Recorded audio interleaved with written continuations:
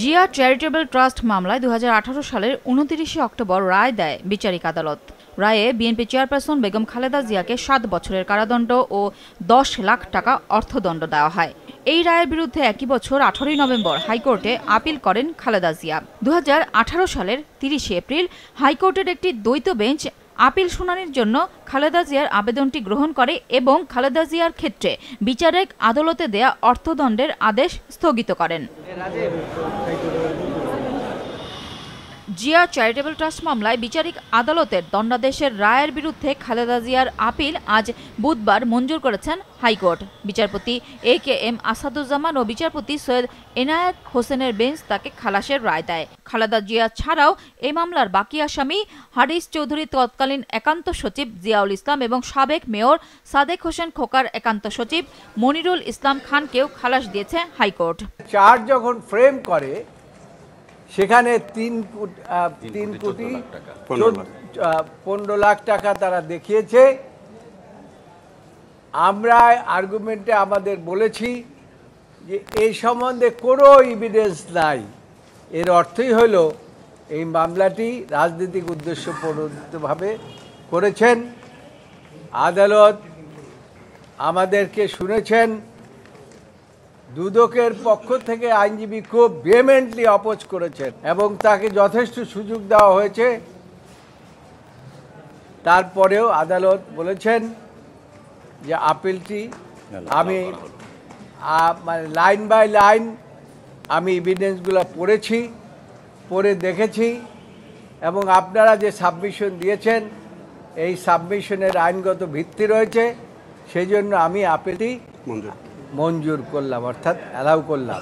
আদালতে খালেদা জিয়ার পক্ষে শুনানিতে ছিলেন আইনজীবী জয়নুল আবেদিন ও কায়সার কামাল। দুদক যেটা বলতে চেয়েছিল যে এই টাকার যে তসরুফের ঘটনাটা বেসিক্যালি এখানে ডিসপিউটেড ছিল 1,35,00,000 টাকা।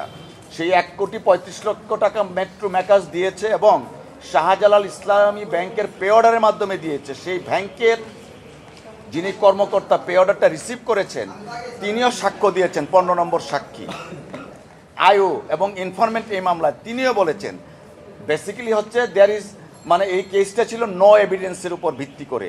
শেখ হাসিনা ওয়াজেদ তার ক্ষমতা শো করার জন্য দেশনেত্রী বেগম খালেদা জিয়ার বিরুদ্ধে এইরকম একটা কনকক্টেড ফলস মামলা দায়ের করেছিল। এদিকে আজ সকালে ঢাকার বিশেষ জজ আদালত 3-এর বিচারক আবু তাহেরের আদালতে ছিল বড় পুকুরিয়া কয়লা খনি দুর্নীতি মামলার চার্জ গঠনের শুনানি। আদালত শুনানি শেষে বিএনপি চেয়ারপারসন বেগম খালেদা জিয়া সহ 3 আসামিকে খালাস দেয়। বিজ্ঞ আদালত ম্যাডাম খালেদা জিয়া, সাবেক প্রধানমন্ত্রী জনাব খন্দকার মোশাররফ হোসেন, সাবেক সিনিয়র মন্ত্রী এবং এদেশের অত্যন্ত বরেণ্য রাজনীতিবিদ এবং জনাব Altaf Hossain air vice marshal Altaf Hossain Chowdhury, যিনি একজন সাবেক মন্ত্রী এবং সিনিয়র মিনিস্টার ছিলেন ম্যাডাম খালেদা জিয়ার ক্যাবিনেটে, তাদের বিরুদ্ধে বিজ্ঞ আদালত অভিযোগ গঠন করার মতো মামলার এজাহার, চার্জশিট এবং সাক্ষীদের বক্তব্য পর্যালোচনায় কোন রকম প্রাথমিক অর্থাৎ প্রাইমা ফেসি কোনো কেস না পাওয়ায় তাদেরকে এই মামলার দায় হইতে অব্যাহতির আদেশ প্রদান করেছেন এবং এই মামলা ম্যাডাম খালেদা জিয়া, জনাব খন্দকার মোশাররফ হোসেন এবং জনাব air vice marshal Altaf Hossain চৌধুরীকে এই মামলার দায় থেকে খালাস দিয়েছেন, অব্যাহতি দিয়েছেন। খালাসপ্রাপ্ত অন্য 2 জন হলেন সাবেক মন্ত্রী আলতাফ হোসেন চৌধুরী এবং ডক্টর খন্দকার মোশাররফ হোসেন। খালাস পেয়ে তারা জানান রাজনৈতিকভাবে হয়রানি করার জন্যই এসব মামলা করা হয়েছিল। গত 17 বছর যাবৎ এই মামলায় আমাদের বিরুদ্ধে কোন রকমের তথ্য উপাত্ত কিছু তারা তৎকালীন স্বৈরাচার সরকার কোন রকমের ডকুমেন্ট দাখিল করতে পারে নাই বলে আমাদের বিরুদ্ধে মামলা এই চার্জ ফ্রেম করতে পারে, 17 বছরের চার্জ ফ্রেম করতে পারে নাই। দুঃখের কথা হলো যে আমাদের মতো লোক আমাদের এই বয়সে, আমাদের গত 16 বছরে অনেকগুলো বছর আমাদের বাড়ির বাইরে থাকতে হয়েছে, মা বাবার সঙ্গে দেখা হয় নাই, স্ত্রী পুত্রের সঙ্গে দেখা হয় নাই এবং আমাদের আন্ডারগ্রাউন্ডে থাকতে হয়েছে।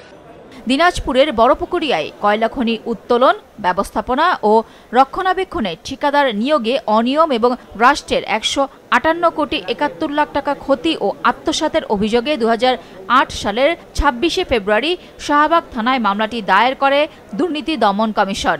ওই বছরের 5ই অক্টোবর খালেদা জিয়া সহ 16 আসামির বিরুদ্ধে অভিযোগপত্র দাখিল করা হয়। নুরুন নাহার উইলি, মাছরাঙা সংবাদ, ঢাকা।